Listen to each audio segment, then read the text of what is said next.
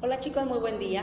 Bienvenidos a nuestra segunda reunión de la materia de bases biológicas de la conducta. Estaremos abordando el día de hoy todo lo relacionado al sistema nervioso, de qué manera sus estructuras, las funciones intervienen dentro de lo que da la conducta en el ser humano. Es importante identificar morfológicamente cómo se encuentra esta célula principal del sistema nervioso, de qué manera la neurona da las bases en este estímulo y respuesta que se da en este impulso nervioso de nuestro organismo. Es importante, chicos, reconocer toda la cuestión de las neurociencias, ¿sí? Identificando por la neurona, los neurotransmisores y de qué manera se da la clasificación y tipos de neuronas. Es importante identificarlo morfológica y funcionalmente, unipolares, multipolares y multifolares. Es importante, chicos, que reconozcamos sobre todo la parte estructural, sobre todo, chicos, en la cuestión de la conformación del núcleo o soma de esta neurona, cómo se da la cuestión de las dendritas y sobre todo el filamento del axón hasta llegar a los botones sinápticos para hablar de ese impulso nervioso en ese estímulo, organismo y respuesta.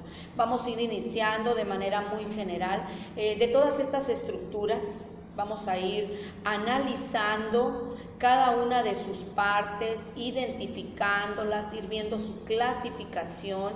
Voy a estar anexando distintos documentos, complementos, actividades que nos van a permitir comprender la importancia que se tiene, sobre todo en la cuestión de las neuronas y las células gliares, ¿verdad? Que es esta estructura funcional y básica del sistema nervioso, cómo se encuentra clasificado el sistema nervioso central, el sistema nervioso periférico, la cuestión estructural también del sistema nervioso, somático, parasimpático y simpático.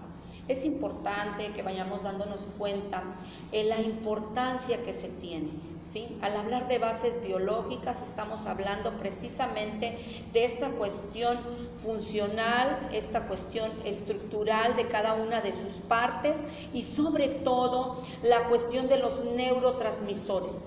Cómo hablamos de estas células glías. Por cada célula existen 5 células glías que dan el soporte, que dan esta nutrición, que permite dentro de la estructuración, sí, porque vamos a hablar de la cuestión del axón, cómo se encuentra recubierta de esta parte de la mielina, sí, y de qué manera permite precisamente esta cuestión sináptica al momento de terminar, ¿sí? Estos botones terminales que se dan en la estructura de la neurona y cómo se va dando esta sinapsis, ¿sí? Ya cuando estamos hablando de una cantidad de células, ¿verdad? De una cantidad de sinapsis, ya vamos a hablar de esta plasticidad, ¿sí? En el sistema nervioso. Es importante que vayamos reconociendo cada una de sus estructuras.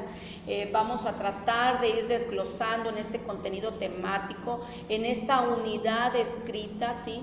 De cómo se van dando precisamente las estructuras, las funciones, para lograr este equilibrio, ¿sí? Que nos vienen dando las bases biológicas de la conducta de todo ser humano. Es importante también, chicos, partir de varias preguntas. Si realmente la conducta es transmitida genéticamente o lo aprendemos en el día a día. ¿Qué tan importante es conocer la parte de los neurotransmisores, ¿sí? Para ver de qué manera reaccionamos hacia ciertas condiciones, ¿sí? Cuáles son las causas, cuáles son las consecuencias que nos llevan a actuar de cierta manera. Veíamos en la clase pasada, ¿verdad?, de qué manera, si era nuestra voluntad o si se trata precisamente de esta cuestión cuando sentimos ira, cuando sentimos coraje, cuando sentimos alegría.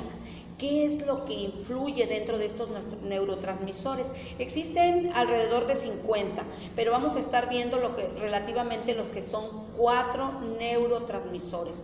Y con las preguntas iniciales en cuestión de cuál es la célula básica del sistema nervioso. Es importante que vayamos desglosando, que vayamos identificando y sobre todo para conocer este complejo sistema nervioso. Vamos a darnos cuenta cómo está estructurado, sobre todo en la cuestión del cerebro, la cuestión del encéfalo, ¿sí? Y estas estructuras que nos permiten identificarnos.